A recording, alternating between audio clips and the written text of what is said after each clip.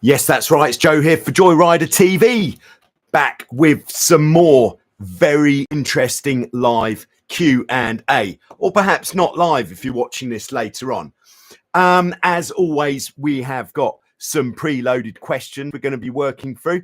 But if you are lucky enough to be watching live, then feel free to put your questions into the live chat. If you are watching this later on and you've got any pressing topics to do with your catamaran sailing, then by all means put them in the comments section, and I will respond to your questions in next week's live Q&A. Thanks for coming. Okay, so the first, or shall we call it the lead topic in today's session, has come from Bernard and Bridget from Austria, who are going to be visiting here in Vasiliki at the end of September.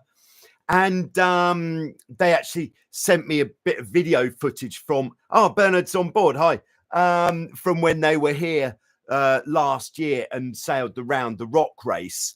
And Bernard had quite I would call it a less than ideal experience. They pitch poled and Bernard got caught up in some ropes and was in a compromised position as the boat was inverting. Now, this is the worst possible place to be in the event of a capsize. So just to, I think, to draw the picture, if this is the water, then if we have, there's one hull there, trampoline, boat inverting. The place where you don't want to be ever is here,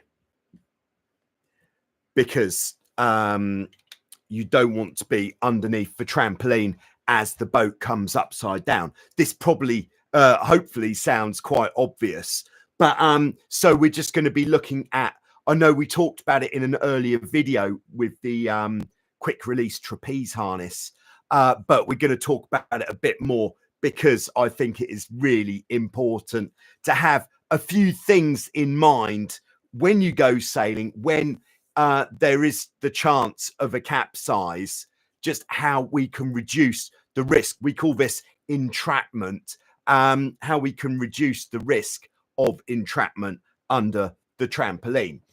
Of course, a very easy solution to the entrapment issue is by having a masthead float, so your boat can't actually go upside down. That is the quick, easy fix.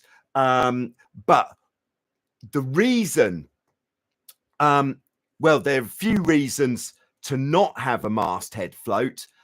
Reason number one is if you're frequently sailing in strong winds and the water is deep enough for your boat to invert, then the reason not to have a mast float here is because if you perhaps have a man overboard situation and there's nobody with the boat, when your boat is unable to invert, so if your boat goes onto its side and stays on its side and it's a strong wind,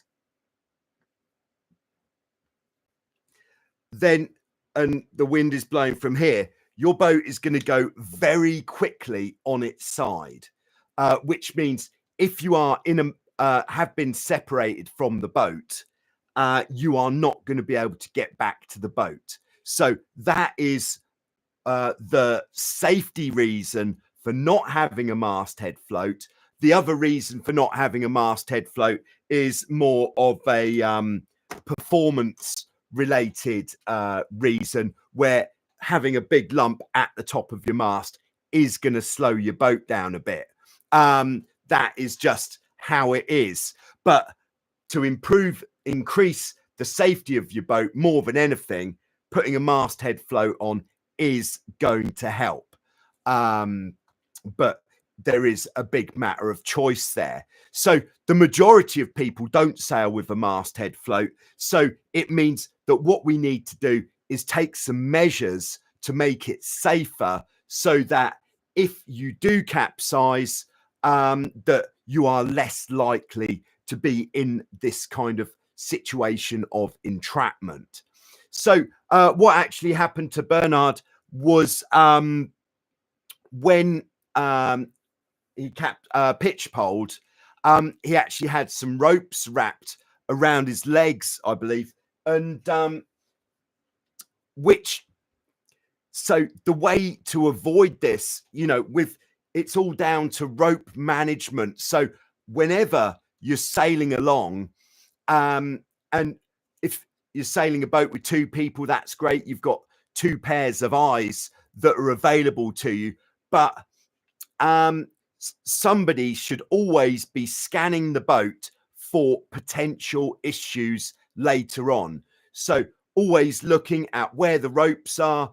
If you've, you might be on the trapeze and there might be a rope looped around your foot, or you might have a rope looped around your finger, caught on your trapeze hook while you're out on the trapeze.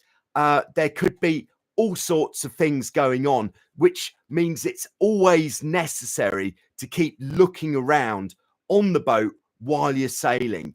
And, it might not just uncover some safety related issues.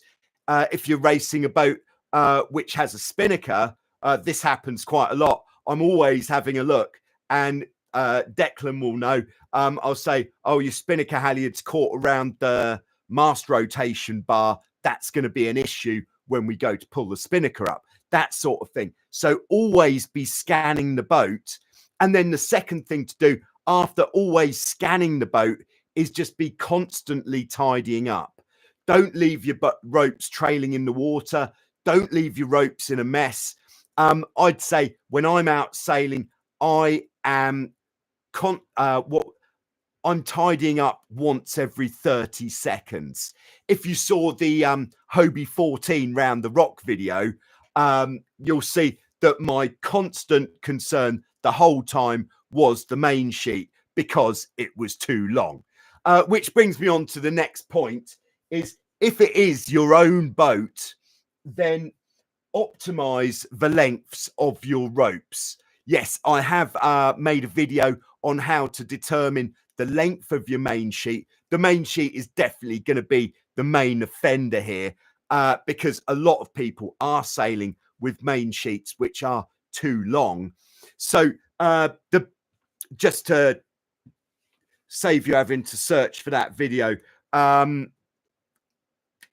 what you can do, because everybody's main sheet is too long, if this is the back beam, there's a hole, you've got your fair lead on the back beam where the rope ties off. What you can do is you can shorten the main sheet without having to cut it, by, instead of just having a figure of 8 knot here, actually pull the main sheet rope through, tie it to the dolphin striker perhaps, so it goes all the way under the trampoline. If we go 3D here, arts and crafts, lovely day, there's the hull. So if we take the traveler line through here, and it's going to go round there, and if this is underneath the trampoline, tie it off to the dolphin striker. Yes, we're going to need a knot there and a knot on top to stop it slipping through the other way. But then you can find out how short you can make your main sheet / traveler line without having to cut it. So what we're looking for is, so that when you're on the trapeze, so we're going to trapeze on this side,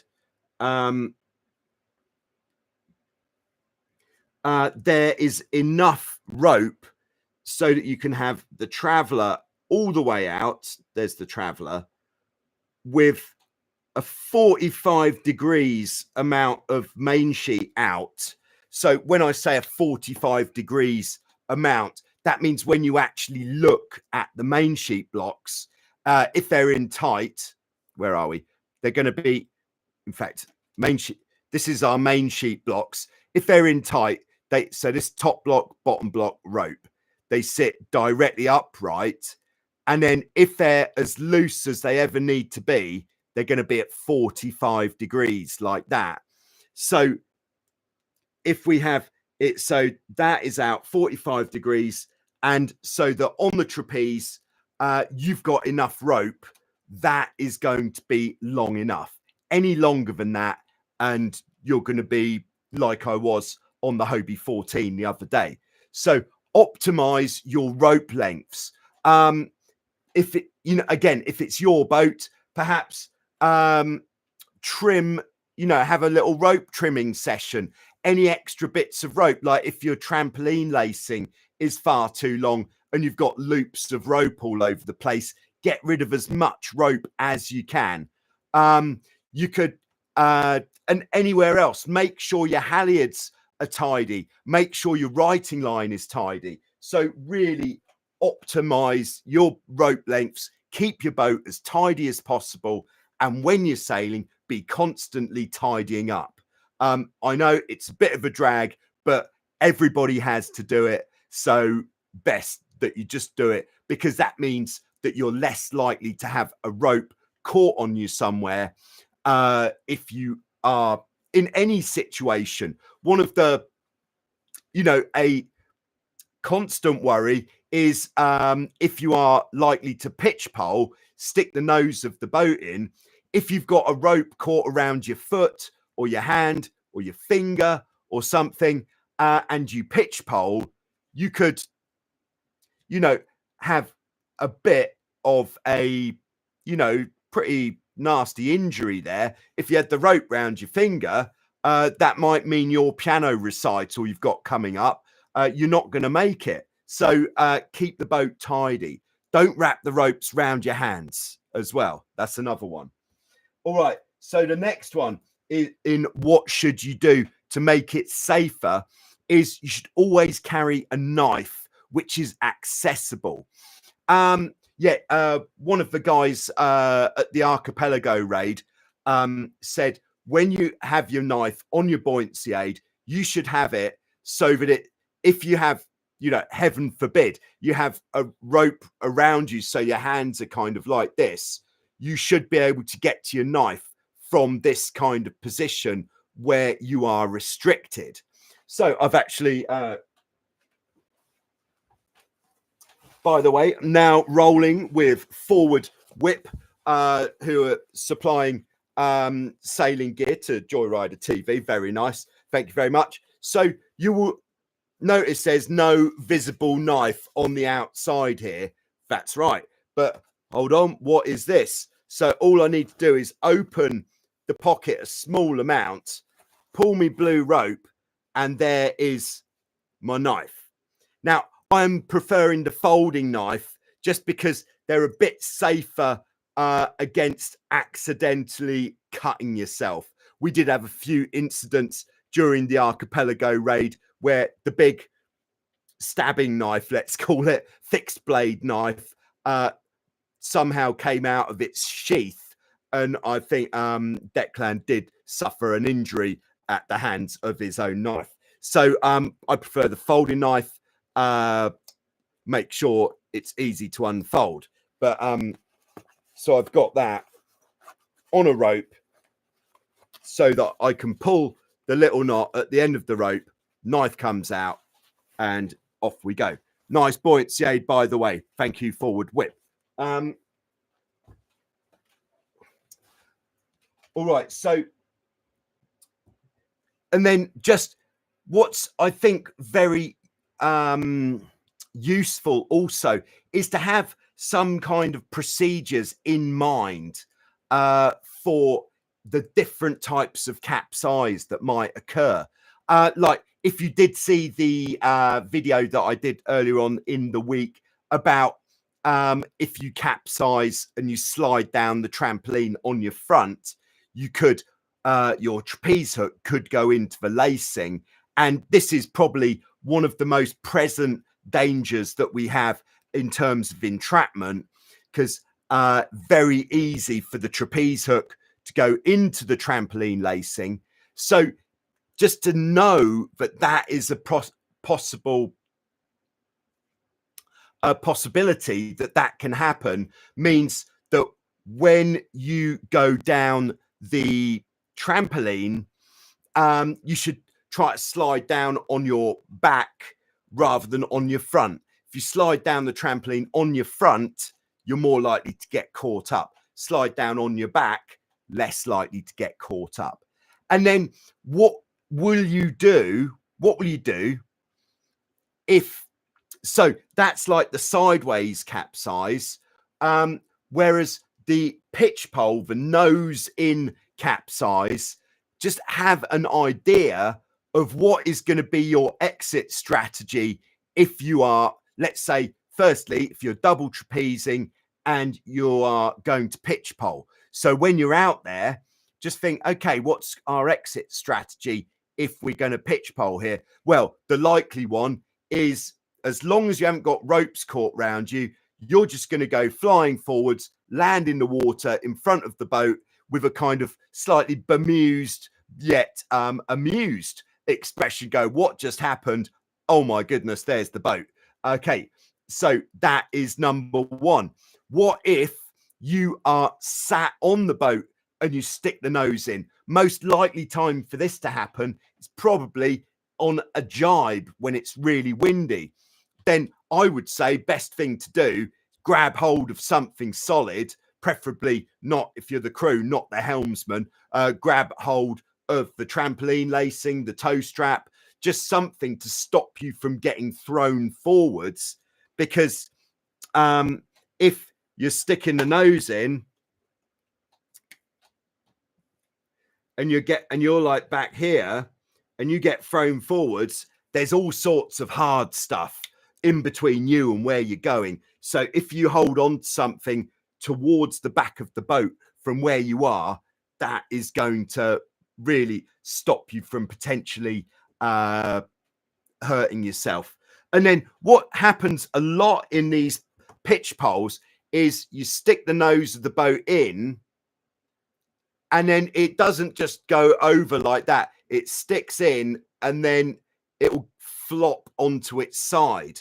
And I definitely find the easiest dismount from that situation to be when the boat is then going onto its side, to be ready just to put a foot on the boom and then kind of flop off the back of the mainsail, making sure that we're holding on to something as we go into the water. So usually just grabbing hold of the main sheet, which might be trailing out the back as we're going into the water there, to make sure we're not getting separated from the boat. There we go. I think that pretty much covers it. I'm sure there's some more in the live chat. So I'm just going to check in with everybody who's checking in. Cheers. Very nice. All right.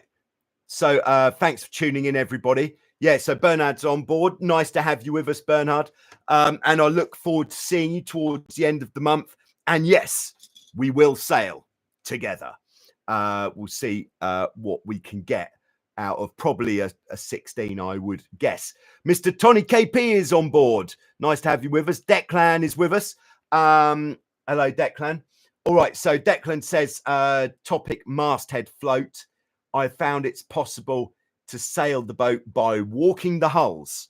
Yeah, because your boat is a is then more like one of these Polynesian boats with an outrigger, but and the sail is then the trampoline. So if you walk forwards and backwards, you can actually steer the boat a bit as it goes along.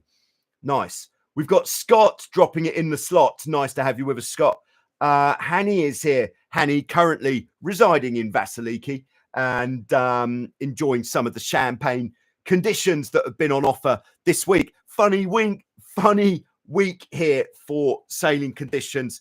It's been quite humid and a bit murky in the mornings where it looks like it's not going to happen yet. It's been happening in the afternoons, and it's been kind of slightly lighter champagne conditions this week. Very nice though. Unlike that round the rock race video, that was some pretty classic champagne. I think you'll find if you saw that video. All right, Paul's on board. Hello, Paul. On my way to Vasiliki to work on my 2024 speed stick. Yes. Yeah, incidentally, the speed stick has just been updated. So if you've either posted a result recently or you're interested in what sort of targets you need to be looking for this weekend, then do check out the speed stick. Get yourself a speed stick t-shirt as well, or a hoodie. Very nice. I'm particularly happy with the design. If you didn't know, I do all the designs myself at the moment, but you may think, that's probably why they are how they are, and you should probably employ a proper designer. No, I do enjoy it. It's something that I like to do. So Scott says your Hobie 14 round the rock was epic, even with the rotated mast. 14 to 17 knots on the 14 looks super fast and exciting. Yes, it was a good time, I'd have to say. And I think if I did spend more time with the 14, I would get pushing it a bit harder, but especially sailing in a race, I didn't want to push it so hard that then the boat was upside down. All right. We've got Duke on board. Hello, Duke. Nice to have you on board as always. Duke says my jib sheet and main sheet both are too long. Yeah, I think it is common because everybody would rather have a bit extra rather than not enough. And you could do something similar, I'm sure, with the jib sheet as well, where you just start shortening it by moving the knot on one side until you get to what you feel is optimal. And then you can either choose to cut it or tuck the excess underneath the trampoline or in the pocket or something. Yeah, options. All right. So we got Cole with us. Hello, Cole. I shortened my main sheet quite a bit and it helped a lot less mess. Yeah. Like the main sheets we had on the 16s in Vasiliki up until 2 years ago were, some people might have said they were dangerously short, but for me, I'd have said they encouraged you to sheet in the correct amount. Yeah, so when you had the Traveller out and you were easing main sheet in the gust when it was windy, you'd literally just have the loop of rope around your house with nothing else, which I quite liked, but I don't think anybody else did. So the main sheets on the 16s in Wildwind Vasiliki are now of a sensible length. There you go. All right, Dominic is with us. Hello, Dominic. When sailing F18 class, I've been told to sheet in the main to flatten the sail when the puff comes, and also to ease main sheet when the puff comes. All right, so that's a bit of both, really. Yeah, so yeah, in F18 or pretty much anything really, you do achieve a much flatter sail. So when we're sailing upwind especially, we want to have the sail as flat as possible when it's windy. And the way to achieve a flat sail is we want to have the downhaul cranked on as hard as we can. And we then want to have the main sheet cranked on as hard as we can. Because by cranking in the main sheet, what it does is it helps to bend the mast towards the back of the boat more. And as we bend the mast more, we're flattening the sail more as well. So maximum main sheet tension is really going to help us get that flat sail. So let's say in our kind of regular state, when we're sailing upwind on an F18 or pretty much any type of boat, we want to be having maximum main sheet tension because that is what is going to flatten the sail. We want to have, with the downhaul, You want to have the downhaul, pull it in as hard as you can, really, and then pull it some more. The more downhaul you have, again, it's going to help to flatten the sail. If it really is strong wind conditions, then on the F18, this is now an F18, with our mast rotation, we want to keep the mast rotation about, so the mast points about a foot back from the shrouds, until we start getting overpowered with everything pulled on as hard as possible. So when we've got the downhaul on hard, main sheets cranked, and we're overpowered, then we'll pull the mast rotation on more, so that the mast then points to the back beam on the leeward side. That's as tight as the mast rotation ever wants to be. And what that does is it makes the mast and the rig all one very flat section, which is really going to help us to depower. But also with the F18 or any type of boat, really, we're also depowering on the upwind course by sailing very close to the wind. Other tools that we've got in our pocket on the F18 is to bring the dagger boards up a little bit. If you bring the dagger boards up by about 1/4, it allows the boat to kind of slip sideways a little bit. And if we think of the dagger board in the same way, almost like the dagger board is a sail that is under the water, by pulling the dagger board up, it's like reducing that sail area. And that's going to allow us to sail faster, rather than if we keep the dagger boards all the way down when it's very windy, they're just going to make the boat want to fly the hull more rather than go faster. So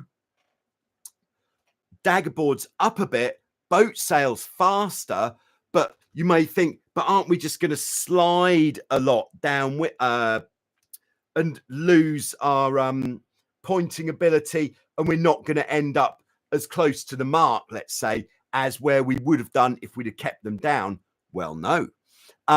You're going to be sailing faster, which is going to generate more lift from the dagger boards. So you're actually not going to you're not going to lose out because you're sailing faster. So those are some tools that we've got in our cupboard to work with when the wind is really strong. Now, what do you do in a gust?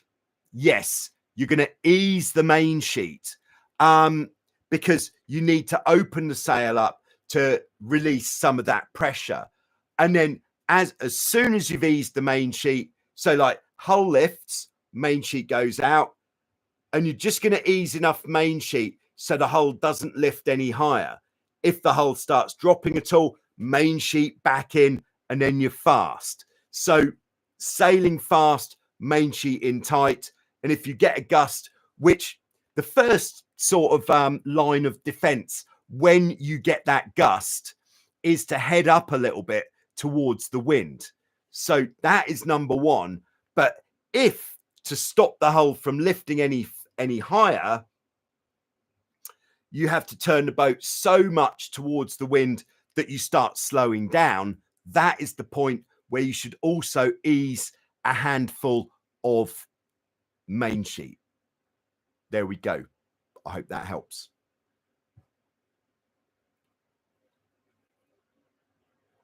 If it's constantly too windy and you feel like you're constantly having to ease main sheet, then the next thing we can do, and this actually goes on to a bit of a preloaded question from Leo. I believe Leo's in Holland, I think, who's asking what comes first, downhaul or traveller, or both in wind of force 4 and above.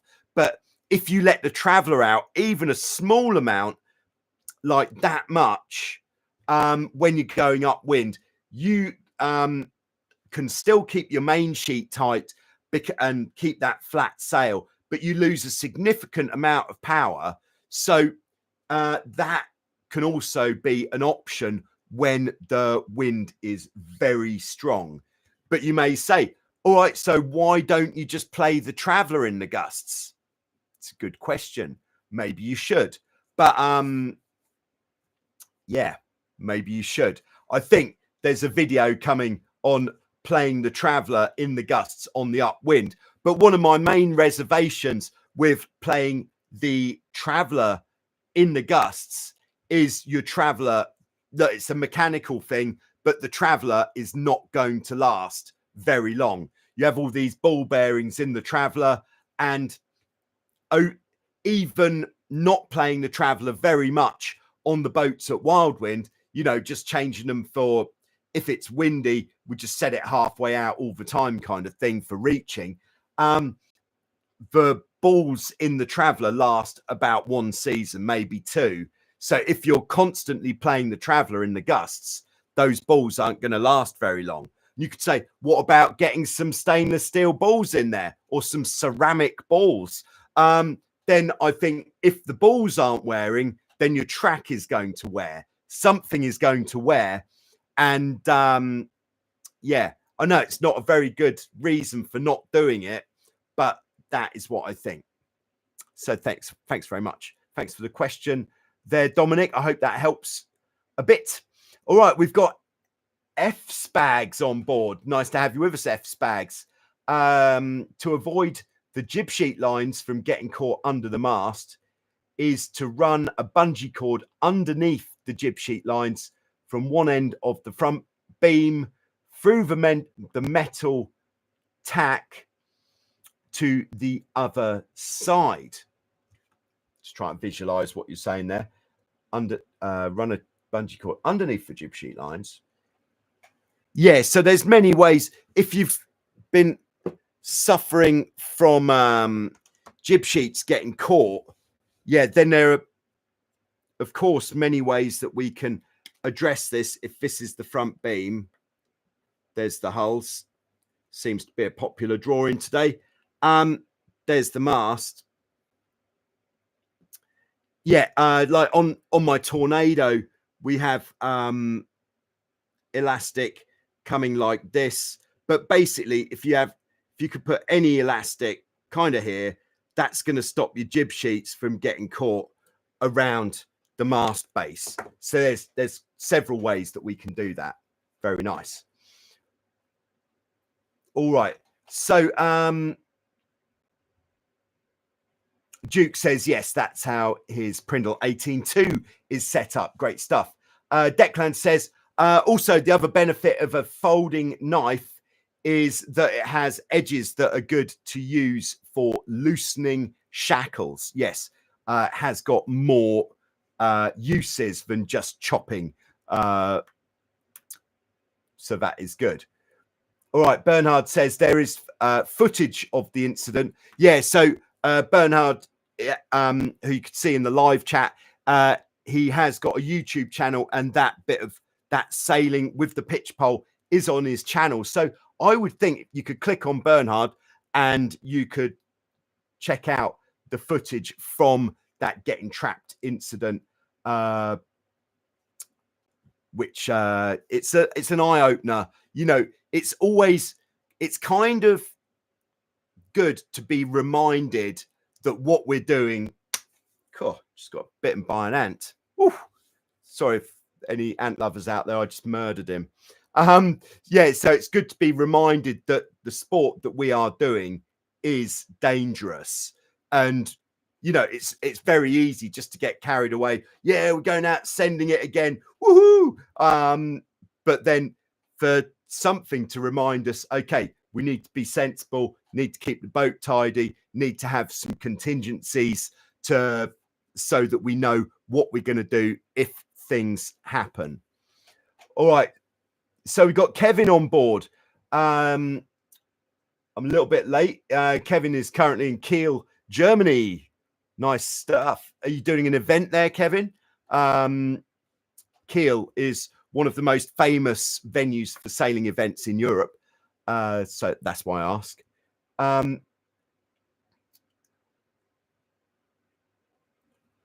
All right. So Declan says, I've thanks to F Spags for the tip. He's going to try that. I've just updated the trapeze lines with back beam linked retainers. Nice tip. Yes, very good. All right. Jens is on board. Hello, Jens. Jens, who's, I think he's seemed to spend quite a long time in Vasiliki this year. What's going on? You know what's going on. It's all going on. All right, Spicy Fist is on board as well. Hello, Mr. Spicy. Yeah, if everybody could hit the like button when you find yourself with a spare finger, that would be much appreciated, because I think this information about the safety is very important. So the more people that see this and perhaps even take some of it on board, the better, because you know, if we could save someone from getting stuck under a boat, I think that is a win. And incidentally, if you didn't see, yes, we're rolling with forward whip, and here is the extremely comfortable trapeze harness, and this is the I think forward whip call it the race bar, which is the quick release race bar, which I'm actually thinking to extend this. This is the bit you pull to release it. You just pull it like that. It's very similar to the Magic Marine one, which I've been using for probably the last 20 years or more. And then once you've released that, the hook just comes off, and you are more likely to be able to free yourself from whatever it is that you're not free from at that time. So there we go. Very comfortable harness.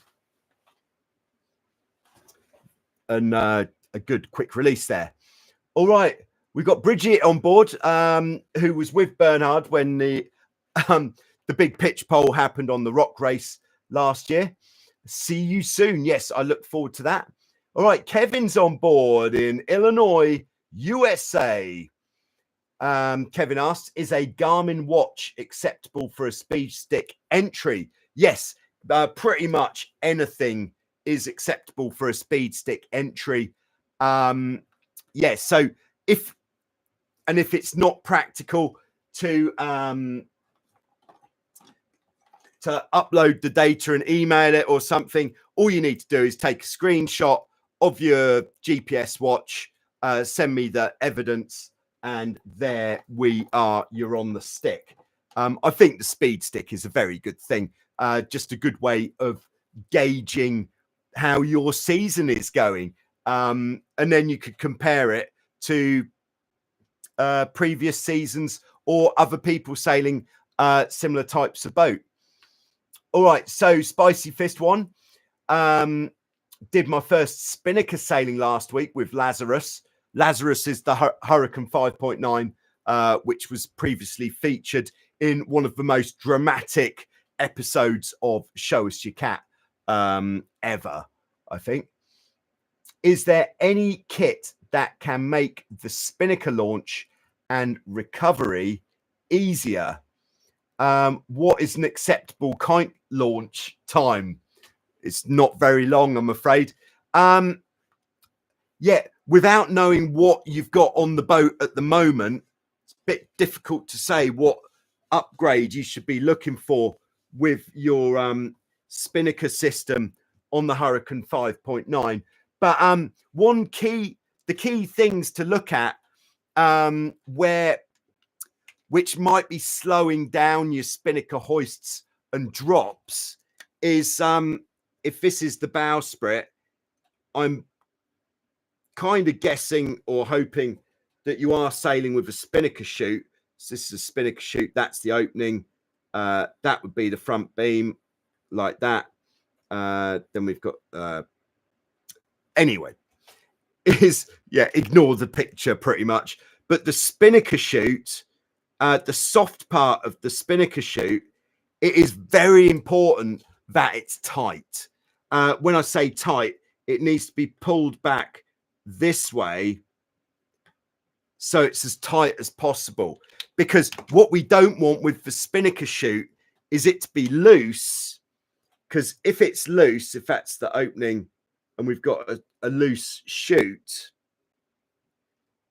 it's going to be like this, all crinkled, and all of these crinkles in the chute are going to add friction. So what we're trying to do is reduce as much friction as possible from the Spinnaker system. Other thing you could do is check all of the blocks on your Spinnaker system as well, to make sure that the rope is running as freely as possible through those ropes. That is all I can give you at this time, there, Spicy Fist. All right. So Duke says, I can get my jib flat, but I have too much mast rotation on the mainsail. All right. So my friend told me to get a 2-to-1 rotation adjuster. Yeah, that would do it. Yeah, good solution. Yeah, the other thing with sailing upwind, when it's windy, back to this, is you want to flatten the jib off as much as you can as well. And the way to flatten the jib off is by having a load of maximum tension in the jib sheets. If you, the more you pull the jib sheet in, the more it's going to flatten off the jib, and it's going to make your whole rig flatter. Because if you've got your jib sheet eased for upwind sailing, it's going to put curve into the jib, which is going to make it more powerful. You're also more likely to be backwinding the mainsail from the airflow from the jib. So a tight jib is going to help. You could have that jib tight, but with the jib traveler or the jib car set further outboard, that's fine. But just make sure that you have got the ability to sheet in the jib really tight. If you've got adjustable jib luff tension, use that in the same way as the downhaul so that you can crank that on as well, really flatten the jib off. But if you are sailing an F-18 or something similar, the thing you have to be aware of is with the jib luff tension, make sure you're not pulling it so hard that your forestay is going, the forestay wire is actually becoming slack, because that would mean that your rig tension is going onto the jib, which on a boat like an F-18 or a Tornado, it's not designed for that, because the jib doesn't have a wire luff. So if the luff of the jib is taking the weight of the rig, you're going to stretch the jib or perhaps even rip it in half. Little safety tip there for your jib. All right, we got Ryan on board in Maui. It's almost the weekend. It's even closer to the weekend here, and I dare say in New Zealand, it pretty much is the weekend now. So there we go. All right, so we've got DN on board in the live chat. Hello, DN. What is the fastest point of sailing? Aha, you've come to the right place on a Hobie 16. Well, let's call this the full send. So we might have been through this before, but here we go. Fastest point of sailing. Here's the wind.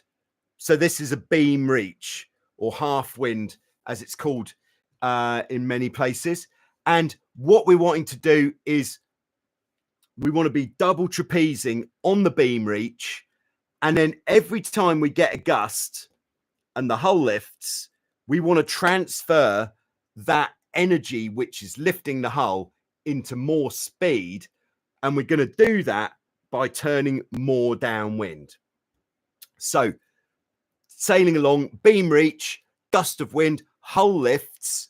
What we're going to do there is ease some sheet, turn more downwind, sheet back in. And as long as we can keep the hull out of the water, that is how we achieve the highest speeds.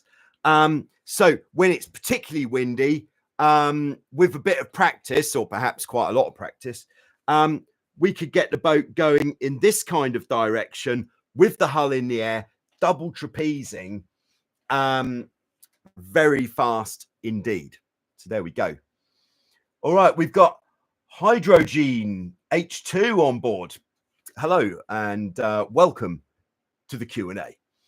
How often should I change the shrouds on my catamaran? I sail a Cirrus Evolution, which is a 17-foot boat for leisure, not competition. It doesn't matter whether it's for competition or for enjoyment.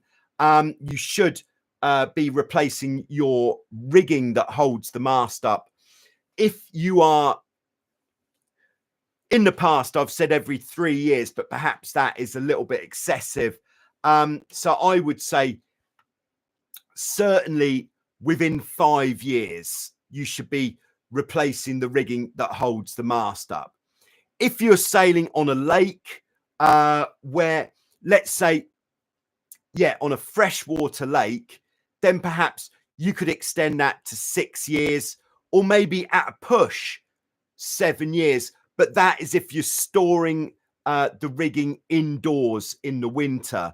Because if you leave, the wear and tear to the rigging comes from it being exposed to the elements. So it wouldn't matter if you never even use the boat. If your boat is sitting outdoors, your rigging is going to degrade. So, and if you're next to the sea, it's going to degrade faster because of the salt in the air. So that's why if you keep your boat by a lake, you don't need to replace the rigging as frequently as if you kept it next to the sea. So 5 years probably if it's next to the sea, and 6 or 7 if you are keeping the boat on a lake. Now, I have stretched that from what I've been saying previously, where I would say 3 years by the sea, 5 at the lake. But it is, I think, a little bit excessive to replace it that often. But if you're sailing by the sea as well, perhaps when you store your rigging for the winter, you should wash it with fresh water, make sure it's dry before you put it away. I think that would be the way. All right, so DN says, can you go over some jib traveler techniques for different wind conditions? Yes, certainly. So we'll just have our front beam. We'll do this a little bit differently to how we've done this before. Let's front beam on different points of sail. This one of these ants, they're everywhere. And then on the downwind. So if you imagine there's a boat attached to these front beams, which would be like this. So, and we'll go red, blue, green for what we do. Green for light winds. So, and let's say these are the complete range of the jib traveler position. So the first thing with the jib traveler is it should always be out as a percentage as much, if not a little bit more, than the main sheet traveler. Because if you have the jib traveler not out as much, your jib will backwind the mainsail, and your, what would you call it? Your airflow will be really bad. So light winds, or actually I will do it so it's more logical, so that the mast is in the middle there. So light winds, upwind, we're going to have the jib traveler all the way in.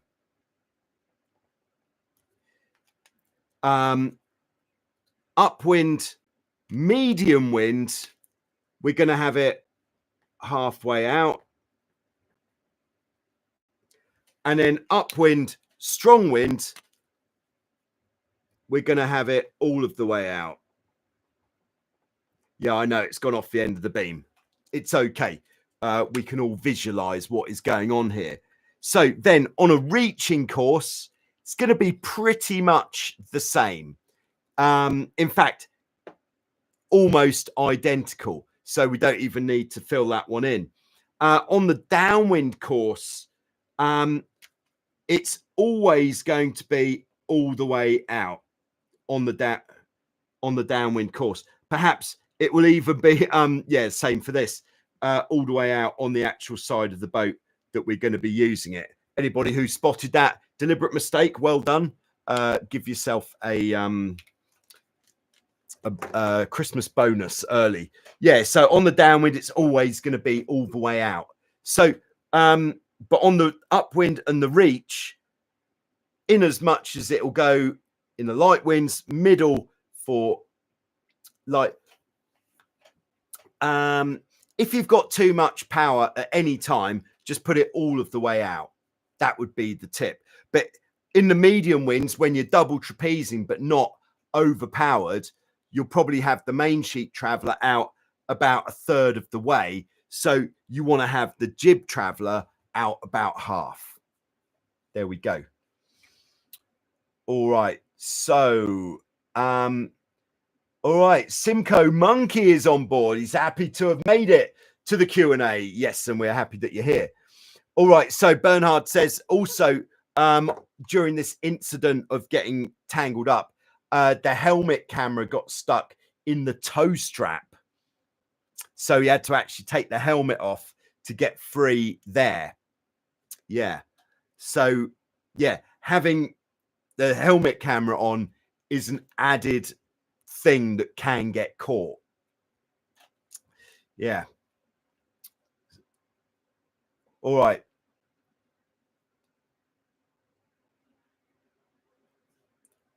So just scanning through here. All right. So Ryan in Maui says it's the full-time sailing conditions here. The best time of the year, in my opinion. There are whales coming as well. That makes the sailing really fun in the winter. Yeah, it could kick your rudders up, I'm sure. All right. Spicy Fist says, tell you what, my magic marine harness went unchecked for ages. When I did check it, the quick release mechanism had corroded and it was stuck. Cleaned up okay, but always worth checking. That is very good advice. So if you have got a quick release, do check it periodically and just wash your gear every single time. I think that is a very good idea. I think that is one of the big benefits of sailing in fresh water on a lake. There we go. All right, Dan Surf is on board. Good to have you with us. Just to say thanks for the blog post you wrote a few years ago. I'm now working as a DI in Greece. Great stuff. Yeah, I did. I wrote a few blog posts on my website. I think one of them was how to become a sailing instructor. That is great news, Dan. I'm really glad that you have found your way to living the dream. All right, so Spicy Fist's chute is solid, not fabric. All right, so just scanning through. DN is in Canada, incidentally. I was wondering as well. Scott says, when getting way back on the boat, I run into the occasional trouble with the main line ends up going under the tiller bar when sheeting in and out. Obviously have to get it back above the bar. Yeah, I'm always like flicking it forwards. So I'm sheeting in, uncleating. So after sheeting, uncleat, and then flick the excess forwards. Sheeting, flick it, sheeting, flick it kind of thing. It's a constant issue that needs constant attention. That is the thing. And yeah, when it goes underneath the tiller connecting bar and off the back, then I find it a little bit perplexing as well. I don't like having the rope in the water, especially not behind the boat in between the hulls. As you might have seen in the Hobie 14 rock video, if it's around, like, as long as it's away from the rudder, if it's off the windward side of the boat, that's fine. But if it goes anywhere near the rudder, then that is a code brown, I would say. All right, Ryan says Nacra 500 has 3 stock positions for the jib traveler. It's like a pin adjustment on the jib block. we drilled a few more holes on the beam to get some more positions. Yeah, so yeah, with that sort of system, rather than having it so it's constantly adjustable, you have to kind of almost set it before you go sailing.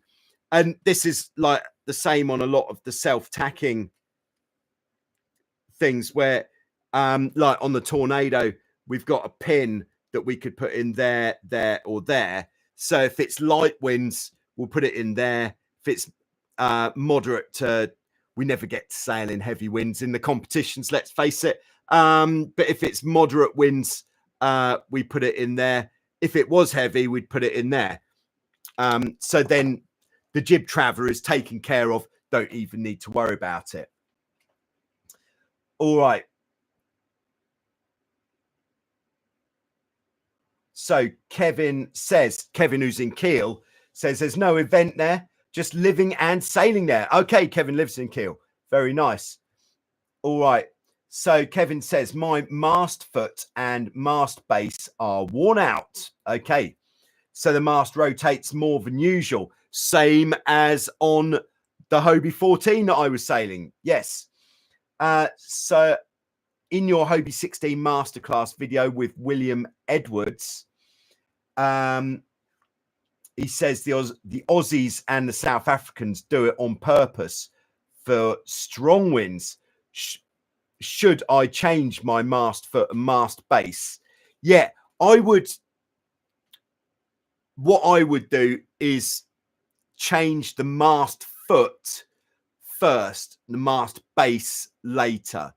Because the standard, what would you call it, mast rotation setting on a Hobie 16 is pretty much the optimal position for most people in most situations. So it is definitely better to have it so it does stop in the right place. And what wears out quickly, more quickly, are generally the kind of, what would you call them, like stopper lugs on the mast base.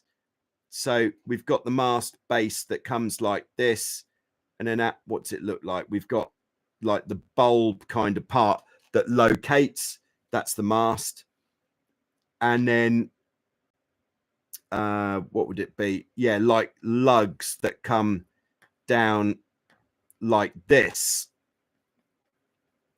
which as the mast rotates, they locate, if this is our mast base,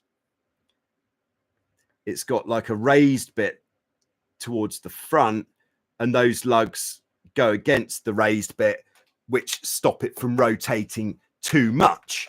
Yeah, so the reason I would replace the mast base before the mast foot, the mast base rather than the step, is because replacing the mast step is a massive pain.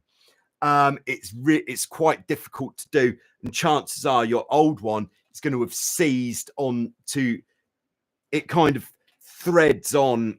So that'd be the front beam there, and then this is the central rod of the dolphin striker, and it's got a screw thread that this threads onto,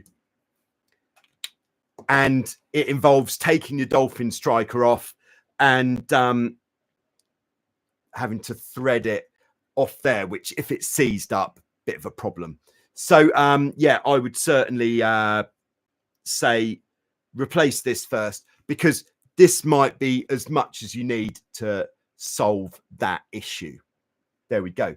All right, so we've been going for about an hour now. If I could just request that no further questions in the live chat, unless they are, of course, accompanied by a super sticker, then, because I have still got some preloaded questions to look at. So thanks for understanding. All right. So Philip is on board. Worst summer here in Ireland. Sorry to hear that. There's still hope for that Indian summer. Oh, yeah. We remember those. Good luck with the weather, Philip. I'm hoping, fingers crossed for you, that you get some favorable conditions. All right, so next in the preloaded questions, this one's from Samuel, who is asking about the adjustable trapeze system that we use on the Hobies, which I also use on the Tornado. So just to illustrate it first, the centerpiece is a double block, like a back-to-back block. Let's see. Can we do this from memory? Yeah, of course we can. Then here we've got a clam cleat. Sorry, and that clam cleat goes onto the eyelet. Then we've got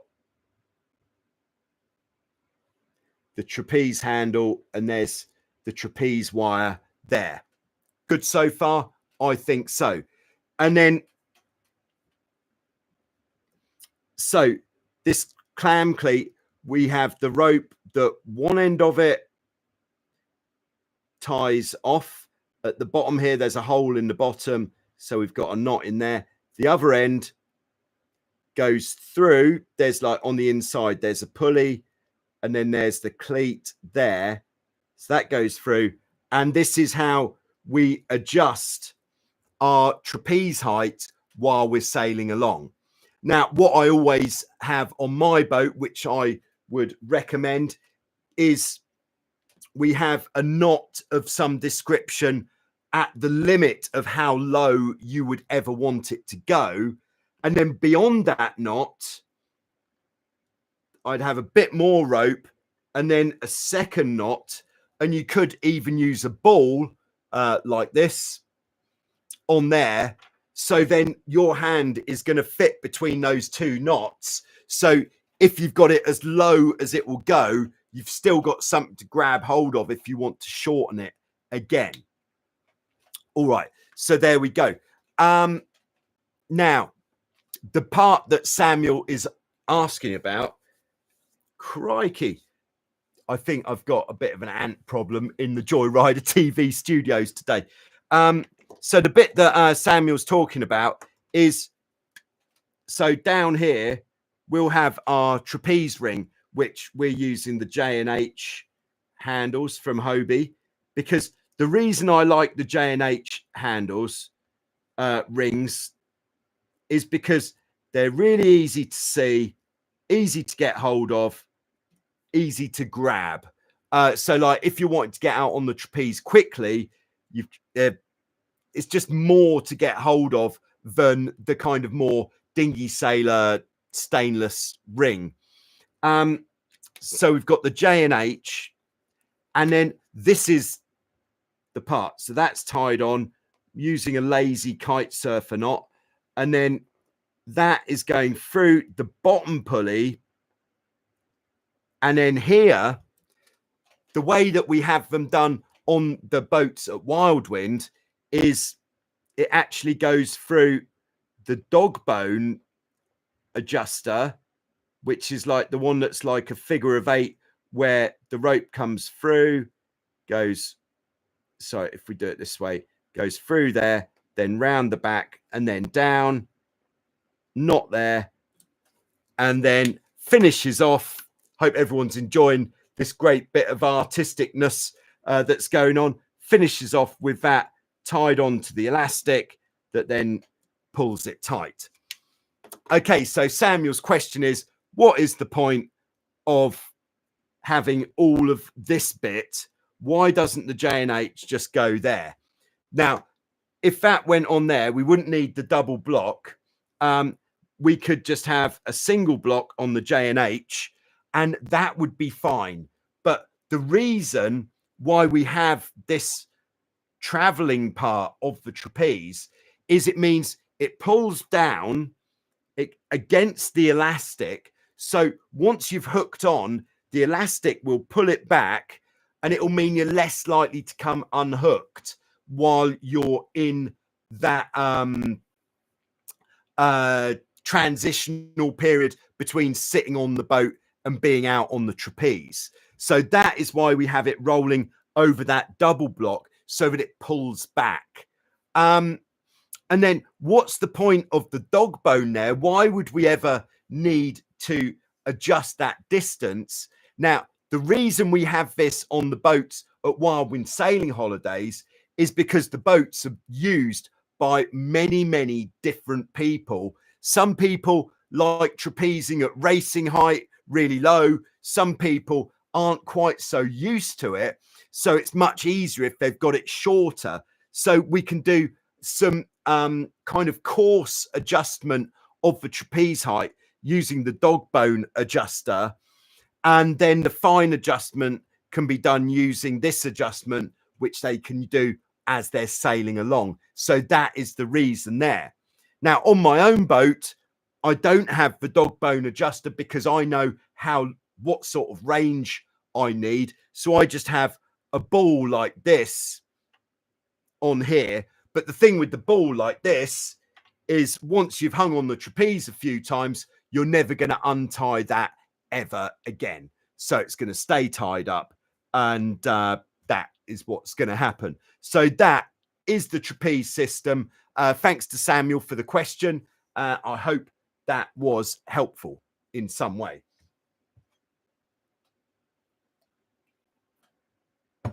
All right. So the last one, we kind of touched on it before, was from Leo, who I believe is in Holland. Leo sails a Tornado.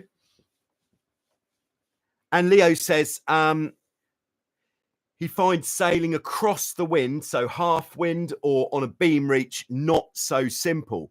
Says, I do the steering and I like to sit on the hull. My crew is on the trapeze, working the main sheet. He's at the back of the boat and the sheet. So here's our boat. So come on. Cool. Leo is here. Can we even see that? Just about, yeah. Leo is there. And then his crew is at the back of the boat playing the main sheet. And now I think perhaps we can see what the issue is here, that the main sheet is kind of, you know, because Leo wants to be as far back on the boat as well. And the main sheet is kind of going to cut him in half a bit while his crew's playing it. So what can we do to address this? Now, my initial thought was I cast my mind back to the Dart 18 sailing days, where the Dart 18 is a single trapeze boat, and there's often some fast reaches on the raced courses.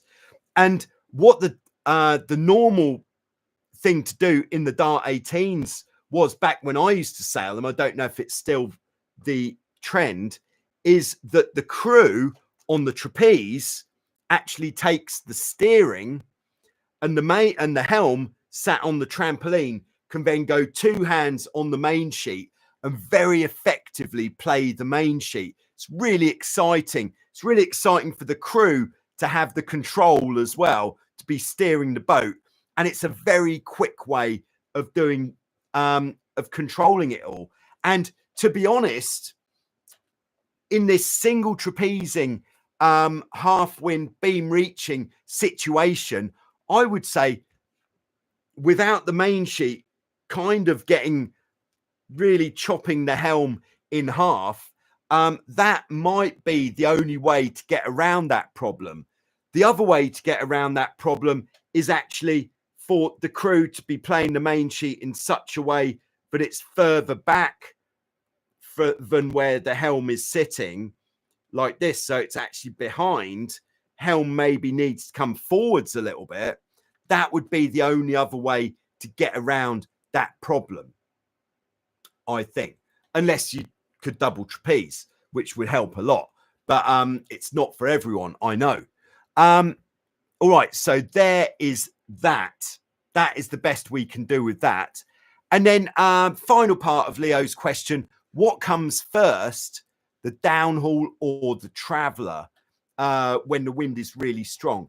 always the downhaul first. So really crank the downhaul on like we talked about earlier. That's going to flatten the sail. It's going to take loads of the shape of the sail out, especially at the top.